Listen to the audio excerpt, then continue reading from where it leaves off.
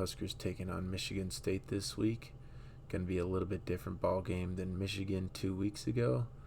Michigan was obviously a very physical game. They were going to meet you at the point of attack and say, my guy's better than your guy, and we're just going to beat you physically. Michigan State is very different. They're a program that's rebuilding, but they want to beat you mentally, and they want to trick you. So we'll go over some plays and show you what they're trying to do to trick you and what Nebraska needs to do to stop it.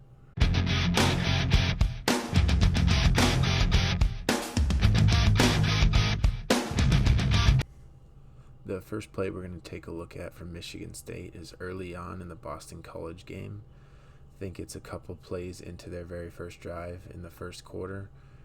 It's first down, and they come out in 4 wide receivers with 1 running back. This should be a red flag immediately. Michigan State is a team that likes to run pass options and play action. They have to stay ahead of the sticks. They're not a drop back passing team. Their quarterback, Aiden Childs, is a good runner, and he throws the ball good on chunk plays, but he's not like a drop back and read the defense type of passer. It's not his strength.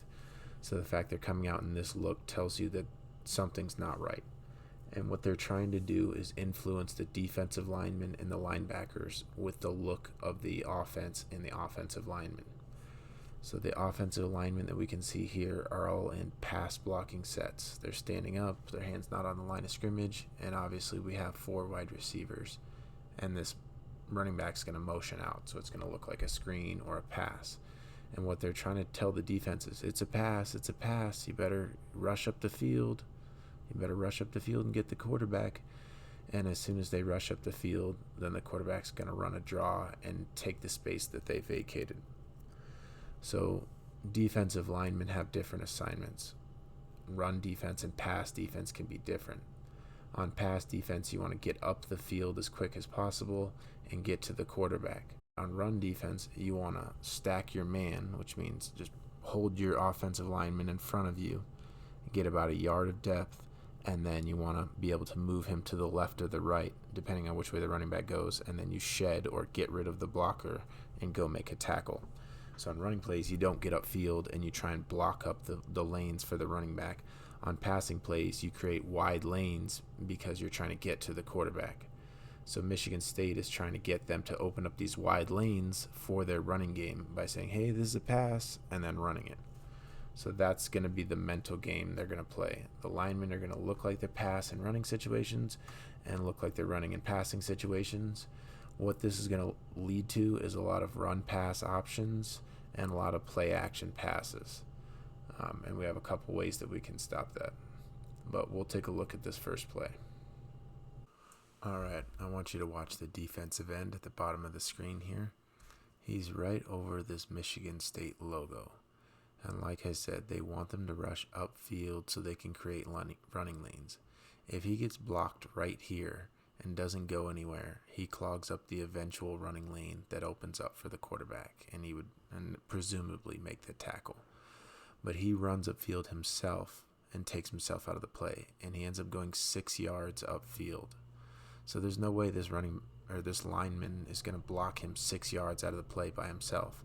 So that's the mental game, is they're going to try and trick you into taking yourself out of the play so they don't have to do it. All right, so with Michigan State trying to be so sneaky and trick everybody, how does Nebraska stop it? The answer is actually really simple, and it's just play your assignment. They're going to try and get you to step outside of what you're supposed to do.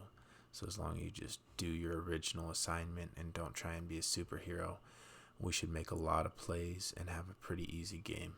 I'll show you an example of this here. Boston College game. Michigan State tries to draw them out of position with a reverse, hoping that they'll flow to the ball and then leave their assignments on the backside, and they're able to pitch it to the receiver, and he'll go around the end. And since those guys vacated the backside, it'll be wide open.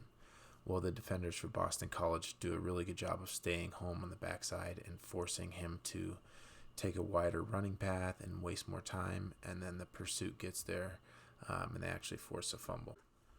All right, so Nebraska's going to play disciplined defense. We're not going to get tricked by Michigan State's offensive linemen or their play calling.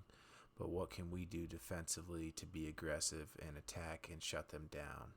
get tackles for loss, get interceptions, just create chaos on defense? And I think the answer is pretty simple. Talked earlier about Michigan having better players and saying they're going to challenge you. The reason why Michigan State is playing this way is because they don't have the best athletes, and so they don't want to take you head on. And I think we can beat their tackles with speed. I want to show you two plays from the Western Michigan game. Western Michigan was playing Michigan State straight up early in the game, and then they switched their gap assignments for their defensive end and their linebackers, and it made a world of difference in the running game. And you really see it later on in the game, and it also affects play action.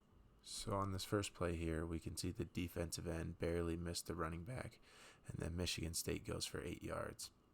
And then on the next play, we're going to watch the defensive end and the linebacker switch their gaps, and it's going to make a world of difference in the running game.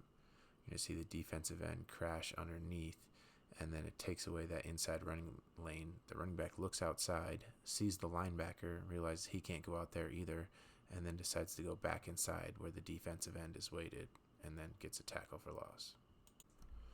All right, guys, that's it for the breakdown this week. I do have a prediction. I think Nebraska will force 2 to 3 turnovers. I think 2 of them are going to be interceptions. I think we might force a fumble or 2 as well. And I think we're going to win by at least 10 to 14 points. It could be a close game because every Big Ten game we've ever played in is close.